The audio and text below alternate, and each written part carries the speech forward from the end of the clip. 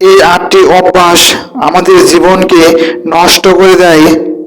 বিষাক্ত সম্পর্ক, সেটা হতে পারে আমাদের খুব কাছের মানুষ, তাদের থেকে দূরে থাকুন, তবে সম্পর্ক ছিন্ন করবেন না।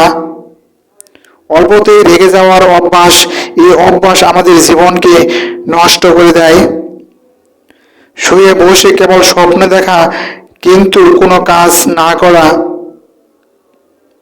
অতিরিক্ত সামাজিক যোগাযোগ মাধ্যমে ব্যবহার করা,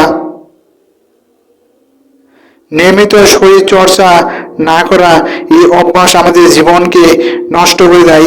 অতিরিক্ত ফাস্ট ফুড জাতীয় খাবার খাওয়া আমাদের জীবনকে নষ্ট করে দেয়। নিজের স্বপ্ন পূরণের জন্য কাজে লেগে না থাকার অভ্যাস, আমাদের জীবনে কোনো উদ্দেশ্য বা লক্ষ্য না থাকার অভ্যাস, এই সব অভ্যাস আমাদের জীবনকে নষ্ট করে দেয়। তাই এইসব অভ্যাস আজ থেকেই বাদ দিন।